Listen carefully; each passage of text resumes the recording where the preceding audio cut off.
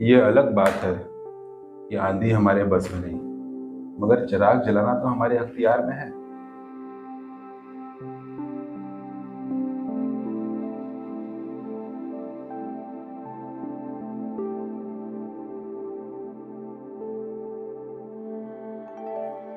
अब आपके hair loss हो रहे हैं, एंड्रोजेनिक एलोपेशिया है, तो हो सकता है कि जेनेटिक पैटर्न हो। इसलिए तो आपके बस में नहीं है genetic pattern.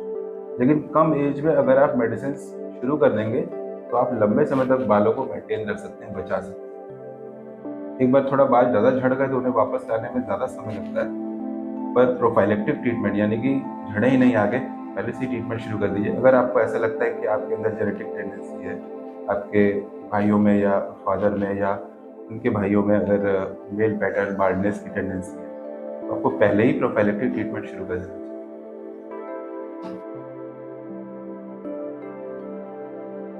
Male pattern baldness में होता क्या है कि हार्मोन्स, मेल हार्मोन ज़्यादा बढ़े हो ऐसा नहीं होता। जो हेयर रूट्स होती हैं वो सेंसिटिव होती हैं normal level of male hormone के लिए। तो मेल हार्मोन जो है वो डीएचटी बनता है, डाईहाइड्रोटेस्टोस्टेरोन। ये डीएचटी जा करके हेयर रूट्स में उसके रिसेप्टर्स होते हैं, वहाँ पर रूट्स को डिस्टर्ब करता है, तो बाल झड़ने लगते हैं। तो कुछ लोगों के बाल ज़्यादा सेंसिटिव होते हैं हार्मोन्स के प्रति, और इसी को हम कहते हैं कि जेनेटिक टेंडेंसी। तो एक दवा होती है, उसका नाम है फिनेस्ट्राइड। ये उस रिसेप्टर को जो हेयर रूट्स में है जाकर के ब्लॉक करती है, ताकि मेल हार्मोन का जो डीएचटी है वहाँ पे वर्क ना कर सके, और इस तरह से बाल बच जाते हैं। पर प्रॉब्लम ये है कि अगर आप हार्मोन्स को ब्लॉक करने वाली कोई दवाई दे रहे हैं, जो हार्मोन्स का एक्चुअल काम है उसको भी वो ब्लॉक करेगा, तो कुछ उससे रिलेटेड साइड इफेक्ट्स भी होंगे, और इसलिए लोग डरते हैं फिनेस्ट्राइड लेने से। तो उसका एक बहुत बढ़िया अल्टरनेटिव आ गया, वो है ड्यूटास्टेरॉइड। वो उससे 3-4 गुना ज़्यादा इफेक्टिव है, और उसके साइड इफेक्ट पहले फिनेस्टाइड के जो हुआ करते थे वो भी बहुत कम थे, लेकिन उसकी तुलना में नेग्लिजिबल हैं, साइड इफेक्ट्स है ही नहीं। तो अगर आप लॉन्ग टर्म ड्यूटास्टेरॉइड लेंगे तो आपको कुछ भी फर्क नहीं समझ में आएगा, किसी तरह की कोई साइड इफेक्ट भी नहीं होंगे, और साथ में आपके बाल बचे रहेंगे। और अगर आप कुछ नहीं भी लगाना है, सिर्फ एक टैबलेट खा रहे रोज, तो आपको न्यू ग्रोथ भी दिखेगी। बड़ी अच्छी दवा है। इसका दूसरा नाम है कार्बोक्सामाइड, और कार्बो के नाम से मिलती है। बाल अभी झड़ रहे हैं या ठीक है? नहीं सर, बाल नहीं झड़ रहे बिल्कुल सर। और कुछ नया भी आ रहा है? हाँ सर, बीच का ही ये हिस्सा था तो। ये भरा है पहले से? हाँ, पहले से भर गया सर। कहते हैं कि फिनेस्ट्राइड या ड्यूटास्टेरॉइड के लोग सोचते हैं स्टेरॉइड तो नहीं है। तो स्टेरॉइड की स्पेलिंग अलग है, और स्टेराइड, ड्यूटास्टेराइड अलग चीज़ है।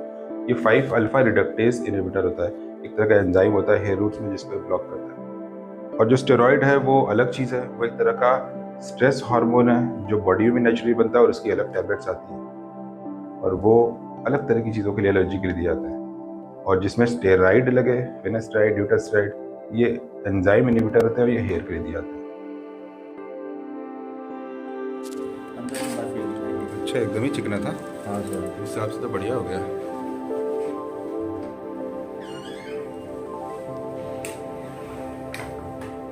पूरी जगह लगभग आ गए। अब थोड़ा सा और डेंसिटी बढ़ेगी, ग्रोथ होगी तो बेटर दिखने लगेगा। जी सर। बढ़िया है।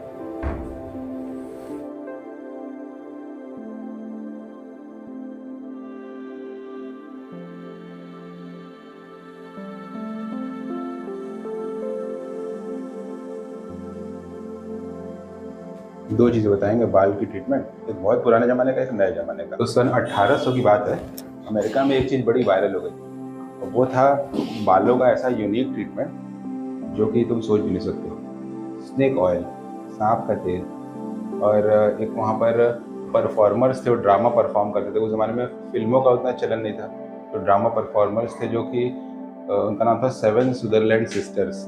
विकीपीडिया आप सर्च करोगे तो मिलेगा। तो उन लोगों के बाल खुद बहुत लंबे थे, उसका फ़ायदा उठा के वो अपना एक तेल बेचते थे।